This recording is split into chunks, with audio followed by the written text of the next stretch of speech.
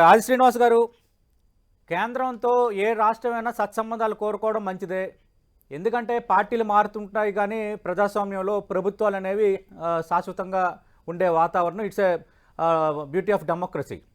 అయితే ఇప్పుడు ఈ కేంద్రం రాష్ట్ర సంబంధాలు అలాగే మేము సఖ్యతే కోరుకుంటున్నాము, రాష్ట్ర అభివృద్ధే మాకు ఇంపార్టెంట్ అని నిన్న ముఖ్యమంత్రి మాట్లాడారు. దానిపైన విపక్ష బీఆర్ఎస్ కొన్ని కామెంట్స్ చేసింది. అంటే ప్రధాని మోదీని ముఖ్యమంత్రి రేవంత్ రెడ్డి బదేమియా అని సంబోధిస్తున్నారు.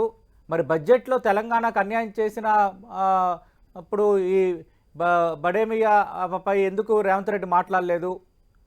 అలాగే కేంద్రం అలాగే కాంగ్రెస్ బీజేపీ కుమ్మక్కన్న వాదనలు ఇప్పుడు నిజమయ్యాయని బీఆర్ఎస్ నేతలు కామెంట్లు చేస్తున్నారు. ఇప్పుడు ఈ దేశంలో భారతీయ జనతా పార్టీ కాంగ్రెస్ పార్టీ ఒకటి అంటే సాధారణ పౌరుడు కూడా నమ్మడు.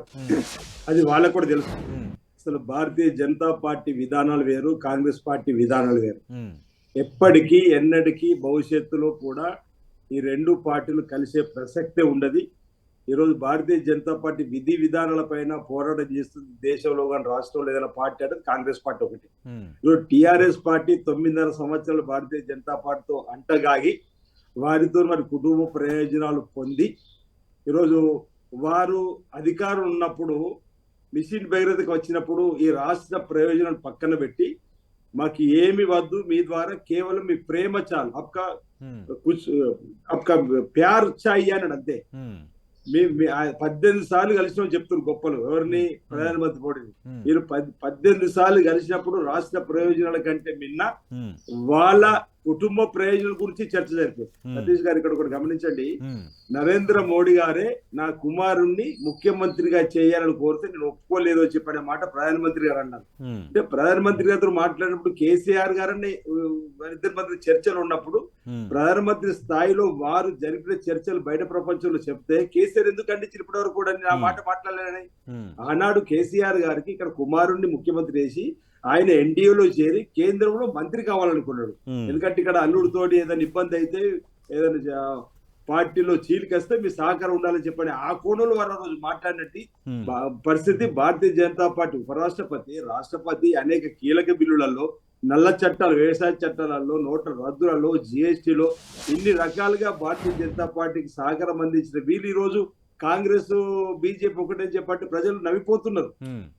నాకేంటి సిగ్గని చెప్పండి మేము ఏం చేయలేం. ఈ రోజు వాళ్ళ కుటుంబ ప్రయోజనాల కోసం ప్రధానమంత్రిని వారు కలిస్తే ఈ రోజు మేము 2 మాసాల లోపని మేము ఇక్కడ రాష్ట్రంలో ప్రజలు కాంగ్రెస్ పార్టీ ప్రభుత్వానికి అవకాశం ఇచ్చి గౌరవ ముఖ్యమంత్రి గారు రేవంత్ రెడ్డి గారు అయిన తర్వాత రేవంత్ రెడ్డి గారు ఈ రాష్ట్ర ప్రజల ప్రయోజనాలను గుర్తించి విశాల ఉదయంతో దృక్పథంతో ఉప ముఖ్యమంత్రి బట్టి విక్రమార్క గారిని కలిసి ఇద్దరు కూడా వెళ్ళి ఈ రాష్ట్రానికి సంబంధించిన పలు ప్రాజెక్టులు కావాలని చెప్పారు. ప్రధానంగా స్కైవేస్ ఏవైతే ఉన్నాయో ఈరోజు మా కరీంనగర్ ప్రాంతం నుంచి వచ్చే వాళ్ళకు మేము అల్వాల్ దాకా షామీర్పేట దాకా ఒక ప్రయాణం, షామీర్పేట తర్వాత హైదరాబాద్ రావడం గంట పడుతున్న సమయంలో అలాంటి దానికి కావాలి మనకు ఫ్లేవర్స్ అన్నప్పుడు 190 ఎకరాలు ఈరోజు కంటోన్మెంట్ ఏరియాలో భూములు కావాలి. ఎందుకు తీసుకురాలేదండి? నిజంగానే వాళ్ళు పోయిన 18 సార్లు ఎందుకు వాళ్ళకి రాలేదు? ఈ రోజు మేము ప్రెజెంటేషన్, మా ముఖ్యమంత్రి గారు ప్రెజెంటేషన్ ఆ విధంగా తెలంగాణ ప్రజల యొక్క అభివృద్ధిలో ఇది అంశం కావాలని చెప్పినటువంటి ప్రెజెంటేషన్ బాగుంది కాబట్టి వారు మాకు ఇచ్చినట్టు. అదే విధంగా మేము ఇచ్చింది ఫార్మేట్ లో, వీళ్ళేమో దరఖాస్తులు ఇచ్చేవాళ్ళు, మేము ఫార్మేట్ రూపంలో కేంద్ర ప్రభుత్వం నుంచి డబ్బులు రావాలంటే, నిధులు రావాలంటే ఏదైనా ఫార్మేట్ లో ఈ రోజు రాజీనామా చేస్తున్నా చెప్పని మన లెటర్ పడేది రాజీనామా చేస్తే చట్టసభలో ఆమోదం పొందది. ఫార్మేట్ చట్టసభలకు సంబంధించిన ఒక ఫార్మేట్ రూపంలో సభ్యులు రాజీనామా చేస్తేనే రాజీనామా ఆమోదించేటువంటి అలాంటి పరిస్థితులలో మేము ఫార్మేట్ రూపంలో తెలంగాణకు సంబంధించిన అంశాలను క్రోడీకరించి చెప్పడంతో నిధులు వస్తున్నాయి. అంత మాత్రాన వీళ్ళు కలిసిపోతున్నారని చెప్పంటే ఫెడరల్ ప్రభుత్వంలో రాష్ట్ర ప్రభుత్వము కేంద్ర ప్రభుత్వం ఘర్షణాత్మక ధోరణి పోతే అంతిమంగా నష్టపోయే ప్రజలు, ప్రాంతము, ఈ రాష్ట్రమే.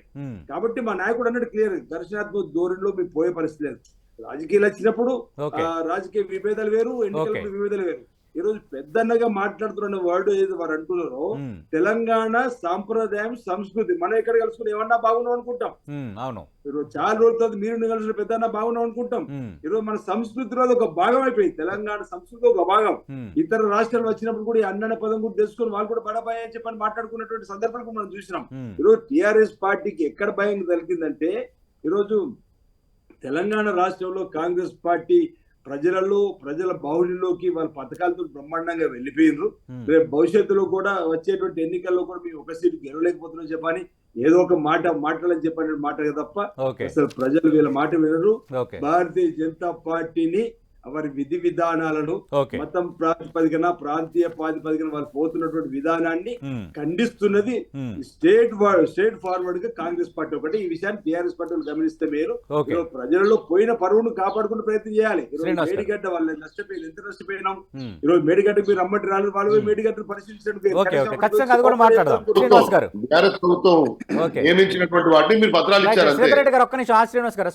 శ్రీనివాస్ గారు అంటే గతంలో గుజరాత్ మేడల్ని పీసీసీ అధ్యక్షులుగా తప్పు పెట్టారు, మళ్ళీ ఇప్పుడు గుజరాత్లో మాకు కూడా అభివృద్ధి చేయాలని అంటున్నారు.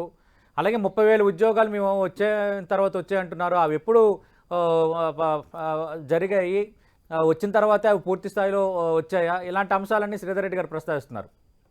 ఇప్పుడు వీళ్ళ కథలు ఎవరు వింటారు? చదువుకున్న వాళ్ళంతా వీళ్ళ మాటలు వినరు అంటుంది కదా. చదువుకున్న వాళ్ళే వీళ్ళ కథలు విని విని బోర్ కొట్టే 2.5 మాసాల క్రితం ఆ ప్రభుత్వాన్ని కాదనుకో కాంగ్రెస్ పార్టీ ప్రభుత్వానికి అవకాశం ఇచ్చారు. కాంగ్రెస్ పార్టీకి అవకాశం ఉన్నందుకు కూడా విజ్ఞులే, చదువుకున్న వాళ్ళే. ఈ రోజు మేము 2 నెలల్లో ఏదో కథలు చెప్తే ప్రజలు వినరు, అందరూ చదువుకున్న వాళ్ళే చెప్పంటారు. ఏదైనా ప్రతిపాదన పోయిన తర్వాత ఆ ఫార్మేట్ ఆ డేట్ ప్రకారమే కంటిన్యూస్ జరుగుతుంది, అందులో అనుమానం లేదు. కానీ మా చిత్తశుద్ధి మేము చెప్పిన ప్రెజెంటేషన్ వల్ల రావడం జరిగింది అనేటువంటి మాట. ఈరోజు మా చిత్తశుద్ధికి నిదర్శనం. ఈరోజు వాళ్ళ హయాంలో పరీక్షలు అయినా, ఈరోజు లీకేజీలు, వాళ్ళ హయాంలో నోటిఫికేషన్ ఇచ్చినా, వాళ్ళ హయాంలో కోర్టు ద్వారా ఆటంకాలు, మేము వచ్చిన తర్వాత అలాంటి ఆటంకాలు రాకుండా చూసేటువంటి కార్యక్రమంలో మీరు 2 లక్షల ఉద్యోగాలు ఇస్తామన్నటువంటి దానిలో భాగంగా ఈ ఉద్యోగాలు వెంటనే ఇస్తూ ఈరోజు మెగా డిఎస్సి కూడా ముందుకు పోయేటువంటి కార్యక్రమం. 2 లక్షలు డిసెంబర్ లోపల వాళ్ళ కథలే అనుకోని వాళ్ళు మమ్మల్ని ఏమని అనుకున్నా 2 లక్షల ఉద్యోగాలు ఇవ్వడం ఖాయం. అదొకటి. ఈరోజు సభా సాంప్రదాయాలు వేరు, సభలో ఘర్షణాత్మక వైఖరి ఉండకూడదని మా నాయకుడు మాట్లాడుతూనే మంచిని ఎక్కడున్నా స్వాగతించాలని చెప్పారు. గతంలో టీఆర్ఎస్ ప్రభుత్వం ఏదైనా మంచి పనులు చేస్తుంటే కూడా సందర్భం వచ్చినప్పుడు మేము దాని మీద కూడా మాట్లాడతాం. ఈరోజు వాళ్ళు చేసిన అవినీతి అక్రమాలు నాణ్యతకు సంబంధించి రాష్ట్ర అప్పుల కుప్పగా మార్చినటువంటి అంశంలో ముందుగా ప్రజలకు ఒక శ్వేతపత్రం విడుదల చేసిన క్రమంలోనే వాళ్ళు మేమేదో వారిపైనే వారు చేసినటువంటి కార్యక్రమాలలో మొత్తం వ్యతిరేకిస్తున్న గుడ్డిగా అనేటువంటి ఆలోచన వారు మాట్లాడుతున్న పలు సందర్భాల్లో. ఈరోజు గుజరాత్ లో జరిగినటువంటి అంశాల పైన ఈరోజు మీ భారతీయ జనతా పార్టీ విధానాలు వ్యతిరేకించినప్పుడు ఏటా 2 కోట్ల ఉద్యోగాలు ఇవ్వాలని అన్నాము. జన్ ధన్ ఖాతాలో ప్రతి పేదవాడి ఖాతాలో 14 లక్షల రూపాయలు వేస్తామని ఇంకే ఎందుకు వేయలేదని చెప్పి అన్నాం.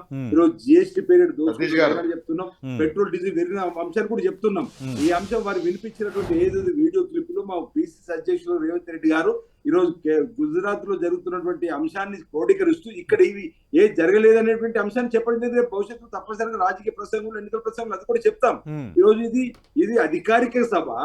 అధికారికంగా ఇది ముఖ్యమంత్రి హోదాలో వారు ప్రధానమంత్రి హోదాలో ఉన్నప్పుడు జరిగినటువంటి అంశాల్లో సభా సాంప్రదాయాలకు సంబంధించి మన ప్రాంతానికి రావాల్సిన నిధుల్ని చాణక్య నీతిగా ఎందుకు వీళ్ళు భావిస్తున్నారో మాకు అర్థం కావడం లేదు. ప్రతిదీ వీళ్ళదు. అటు వీరేమంటున్నారు, మొదటిసారి మేము వచ్చినప్పుడు వారిని పొగడుతులు ముంచడము, తర్వాత వివక్ష చూపించడం వల్ల మీ తర్వాత వైఖరి మార్చుకుని ఉంటున్నాం. రేపు మేము కూడా ఈ రోజు మొదటిసారి వచ్చినప్పుడు మా రాష్ట్రం రావాల్సిన అంశాలు వారి దృష్టి తీసుకొని పోయినాం. ఈరోజు వారు మాకు ఇచ్చినటువంటి దానికి ధన్యవాదాలు రాష్ట్ర ప్రజల పక్షాన్ని ప్రభుత్వం తెలియజెప్పింది. మరి రేవంత్ రెడ్డి గారు వ్యక్తిగతంగా అనేది కాంగ్రెస్ పార్టీ పక్షాన్ని ఎందుకనుకుంటే ఒక ముఖ్యమంత్రి హోదాలో రాష్ట్ర ప్రజల పక్షాన్ని రోజు కేంద్ర ప్రభుత్వం ధన్యవాదాలు చెప్తే దాన్ని వాళ్ళు పెద్ద పూర్తలు చూపిస్తున్నారు. వాళ్ళగా ఈరోజు గల్లీలో లొల్లి పెట్టుకుని ఢిల్లీలో దోస్తే కాదు కదా, మేము ఒకటే విధాలతో పోతాం. ఈరోజు భారతీయ జనతా పార్టీ విధి విధానాలు వ్యతిరేకించే పార్టీ దేశం లేదని ఉందంటే అది కాంగ్రెస్ పార్టీ ఒకటే. రేపు మీరు లోక్సభ ఎన్నికలు కూడా చూస్తారు కదా, తప్పనిసరిగా మేము అభివృద్ధిని ఓ రకము ప్రభుత్వ రకం ఫెడరల్ ప్రభుత్వంలో ఉన్నటువంటి మనం కేంద్రానికి సంబంధించినటువంటి మంత్రులు వచ్చినప్పుడు కానీ మేము అక్కడికి వెళ్ళినప్పుడు కానీ మంత్రులు కలవడం, న్యాయపరంగా మనకు వచ్చేటువంటి వాటిని తీసుకురావడంలో మాత్రం మేము కేంద్ర ప్రభుత్వంతో ఘర్షణతో పోకూడదని చెప్పినటువంటి భావన ఈరోజు ఇక్కడ కాదు, మేము అసెంబ్లీలో కూడా మాట్లాడినాం. అసెంబ్లీలో కూడా చర్చ జరిగింది. మా మంత్రులందరూ కూడా వెళ్ళి కేంద్ర మంత్రులు కలిసి వచ్చారు. సరే రేపు ప్రభుత్వం మాదే వస్తుంది మేము అనుకుంటున్నాం. మాదే వస్తే ఇబ్బంది పోతుంది. ఒకవేళ వాళ్ళ ప్రభుత్వం వచ్చినప్పుడు తప్పనిసరిగా తెలంగాణ రాష్ట్ర ప్రభుత్వ ప్రయోజనాల కోసం మేము ఎక్కడ కూడా రాజీ శ్రీనివాస్ గారు అది కేంద్రం బాధ్యత, ప్రధాని బాధ్యత రాష్ట్రాలకు సంబంధించి మనం జీ హుజూర్ అంటేనే పనులు అవుతాయన్న ఆ ధోరణి కరెక్ట్ కాదంటున్నారు శ్రీధర్ రెడ్డి గారు. ఇప్పుడు రాచరిక పరిపాలనకు అద్దం పట్టే విధంగా వాళ్ళు పరిపాలించిన నిదర్శనంగా మనకు విధులు రాకపోవడానికి అనేది అనేక సందర్భాలు అన్నాం. ఇప్పుడు అడిగేవాడు కూడా అమ్మ అన్నం పెట్టమని అడిగేటప్పుడు కూడా ధ్వనులు రకరకాలుగా వినిపిస్తాయి. ఆకలి ఉన్నవాడు అడిగే తీరు ఒక రకము, కడుపు నిండా నాకేది ధనిక రాష్ట్రము, నువ్వు ఇస్తే ఎంత ఇవ్వకపోతే ఎంత అనేటువంటి ఆలోచన పోవడం ఒక రకం. ఇక్కడ వాళ్ళ పరిపాలనలో మేము మళ్ళీ చెప్తున్నాం, ఘర్షణాత్మకమైన ధోరణికి తెరలేపింది కేసీఆర్ గారు, ముఖ్యమంత్రి గారు. నేను వారిని ముఖ్యమంత్రి దగ్గర ఆయన అన్నట్టు ఉద్యోగస్తులుగా ఉండాలని కోరుకోవడం లేదు మేము, కానీ ముఖ్యమంత్రి గారి ఆలోచన విధానం, ఆయన అసలు భారతదేశంలోనే కీలకమైన నేతగా ఎదగడానికి కోసం తెలంగాణ పదాన్నే తీసేసి భారతీయ రాష్ట్ర సమితికి మారిన తర్వాత నరేంద్ర మోడీని నేను ఢీ కొట్టేటువంటి శక్తివంతునైనటువంటి నాయకునిగా ఆయన ప్రొజెక్ట్ అయిన తర్వాత, ఆయన తీరులో మార్పు వచ్చిన తర్వాత మన తెలంగాణ రాష్ట్రానికి కేంద్ర ప్రభుత్వం నిధులు ఆగిపోయినవి. ఆ మాట వాస్తవం కాదని గమనించాలి. ఈరోజు మనం ప్రజలందరూ అనుకుంటున్నటువంటి మాట, ఈరోజు వాళ్ళ ఆ తర్వాతనే వాళ్ళకి జరిగినటువంటి పొరపాటు గుర్తించుకొని ఆ తర్వాత మళ్ళీ ఆయన సయోధ్యలో కావాలనుకున్నారని అనేక కేసులను కూడా ఏ విధంగా కేంద్రం వీళ్ళకి సహకారం చేసింది అనేది కూడా మనం విన్నాం. ఈరోజు రాష్ట్రంలో టిఆర్ఎస్ ప్రభుత్వానికి అధికారం ఇస్తే వడ్లు కొనమంటే వీళ్ళు వెళ్ళి ఢిల్లీలో ధర్నాలు డ్రామాలు ఆడేది, భారతీయ జనతా పార్టీకి అధికారం ఇస్తే ఇందిరా చౌక్ నుంచి బీజేపీ ధర్నా డ్రామాలు ఆడేది. ఆ సందర్భంలో కూడా మేము శ్రీనివాస్ గారు బీజేపీ బీఆర్ఎస్ ఒకటే అని మీరు అసెంబ్లీ ఎన్నికల టైంలో ప్రచారం చేశారు, ఇప్పటికి అదే మాట మీద ఉన్నారు.